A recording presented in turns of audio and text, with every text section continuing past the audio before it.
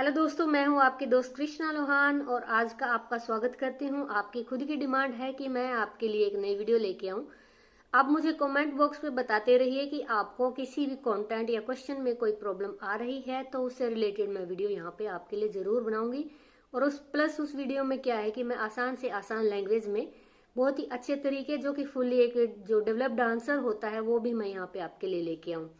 हालांकि मेरा मानना यही है कि जो टीचर है वो टीचर ना समझकर अपने आप को अगर छात्र समझे, स्टूडेंट समझे, तो वो ज्यादा ज्यादा से ज्यादा दिक्कतों का, यानी कि जो छात्र हैं उनकी ज्यादा से ज्यादा प्रॉब्लम्स का सामना कर पाता है और उनको सोल्ट आउट करने का तरीका भी ढूंढ पाता है।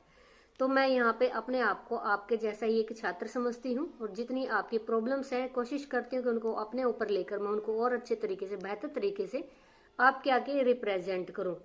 तो मुझसे अपने आइडियाज, साथ में आपकी प्रॉब्लम्स, किसी भी विषय से रिलेटेड जो आर्ट्स का है या फिर किसी भी कंटेंट से रिलेटेड आप मुझसे यहाँ पे शेयर कर सकते हैं। पूरी कोशिश करूंगी कि मैं आपको समय रहते उस चीज को प्रोवाइड करवा सकूं।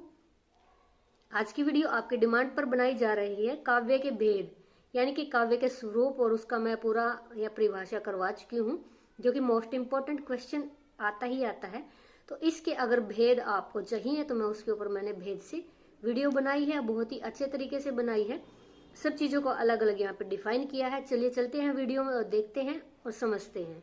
तो जैसा कि मैंने बताया दोस्तों, आज की वीडियो का कंटेंट आपका क्या रहेगा? काव्य। काव्य को हम अगर डिफाइन करने चलते हैं तो सबसे पहले हमें इसकी भूमिका यानी इसकी परिभाषा, हिंदी में बोल सकते हो आप, परिभाषा लिखेंगे। इसके बाद इसको डिफाइन करेंगे। तो सबसे पहले काव्य क्या है ये लिखेंगे हम। परिभाषा हो या भूमिका हो, आप दोनों लिख सकते हो।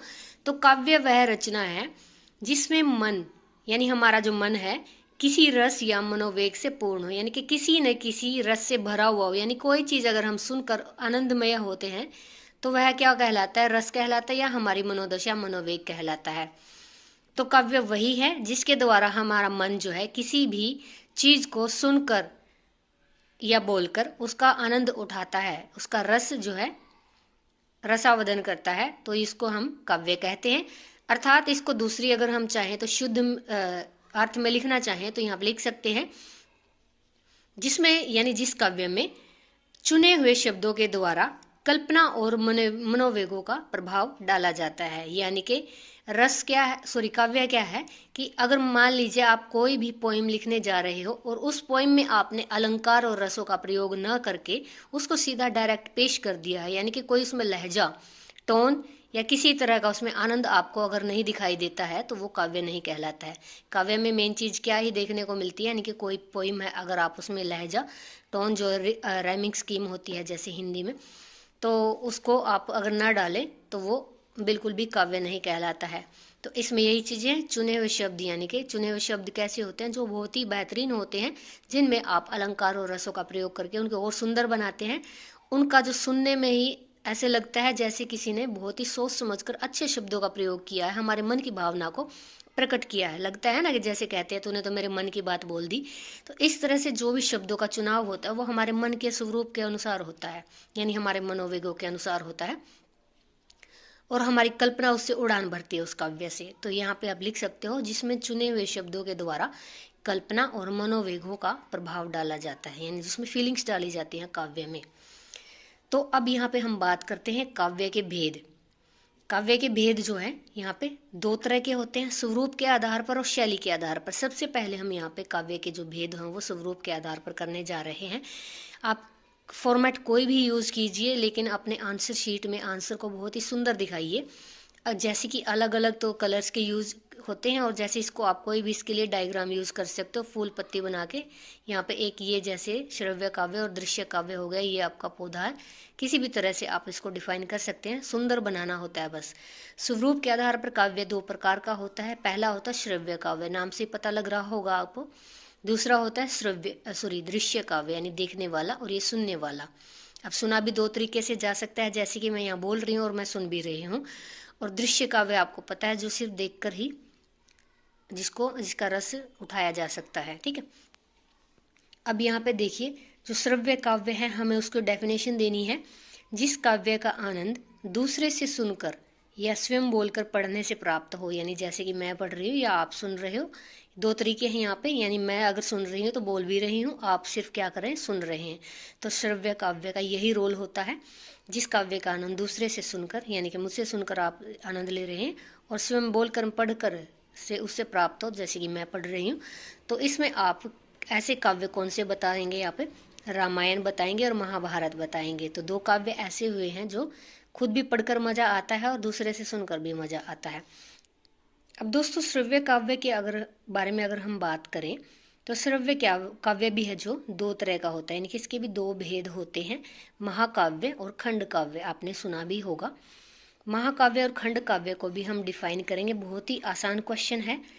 महाकाव्य वो होता है जिस काव्य में किसी ऐतिहासिक व महान पुरुष की आत्मकथा या जीवनी होती है, यानी किसी भी महान पुरुष या किसी भी ऐतिहासिक यानी कि जो हिस्ट्री से रिलेटेड व्यक्ति बहुत रहे हैं उनकी अगर जीवनी यहाँ पे बात होती है तो वो महाकाव्य में बोली जाती है। जैसे कि पद्मावत है, आपको पता है किसकी है पद्मावत, रामचरितमानस है या कामायनी है। तो ये तीनों है, आप इसमें से दो लिख सकते हो। ये किसी फेमस व्यक्ति की जीवनियाँ हैं, ठीक है। खंड काव्य, अब खंड काव्य है जैसे नाम से ही पता चल रहा है खंड, यानी कि ये तो पूरा का पूरा महान काव्य था, एक ही पूरा का पूरा उसमें सारे रोल सब कुछ आ जाता है। खंड काव्य नाम से पता लग रहा है किसी भी काव्य के खंड। इस काव्य में व्यक्ति की पूर्ण जीवनी न होकर उसका एक अंश होता है, यानी कि किसी भी व्यक्ति की जीवनी पूरी ना उठाकर आप किसी एक पार्ट से उसकी किसी एक लाइफ के किसी एक पार्ट को उठाकर उस पर अगर कुछ लिखते हो या उसके किसी एक पार्ट को आप पढ़ते हो तो वो खंड काव्य कहलाता है। इसमें आप लिख सकते हो जैसे कि सुदामा चरित्र, हल्दी घाटी, सुंदरकांड, ये आपको पता ही है। बहुत ही अच्छी नॉलेज है आपकी मेरे हिसाब से, तो ये चीज़ें आपको पता होंगी। अब इसमें सेकंड पार्ट है श्रव्य काव्य के बाद दृश्य काव्य।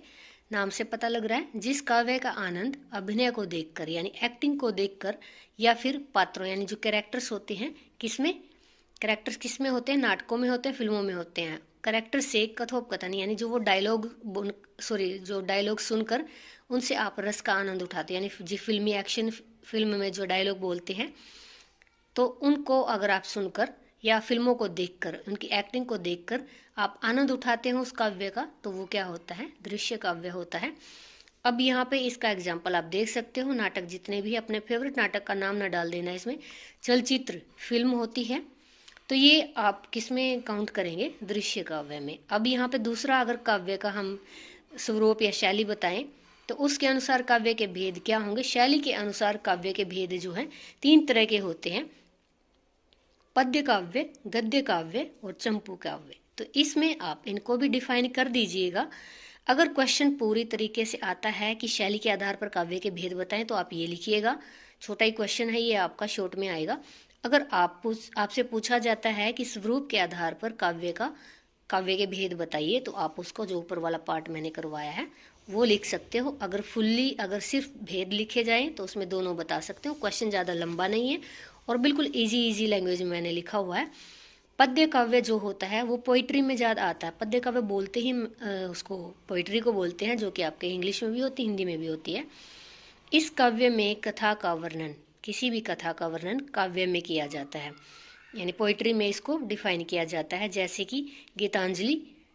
अब यहाँ पे छंद अलंकार प्रयुक्त होते हैं, यानी कि इसमें पोइट्री में हिंदी इंग्लिश दोनों में छंद और अलंकारों का प्रयोग होता है। दूसरा हम बात करते हैं गद्य काव्य के बारे में। गद्य काव्य जो होता है वो लिटरेचर को बोलते हैं, यानी कि गद्य काव्य कौन सा होता है, लिटरेचर इंग्लिश में। इस काव्य में कथा का वर्णन जो है गद्य में किया जाता है।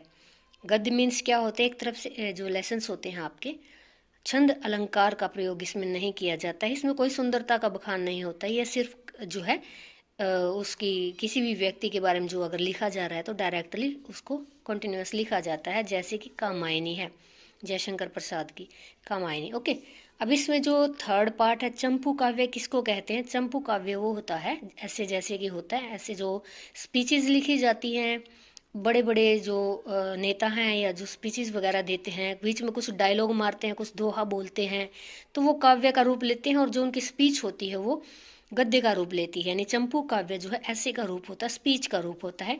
इसमें गद्य पद्य दोनों मिश्रित होते हैं, यानी कि मैंने बताया जैसे कि कोई भी ऐसे शुरू करने जा रहे हो तो उसमें कोई ना कोई आप जो है डायलॉग लिख देते हैं, कोई ना कोई स्लोगन लिख देते हैं, बाद में उसको ऐसे के टाइप में शेप में लिखते चले जाते हैं।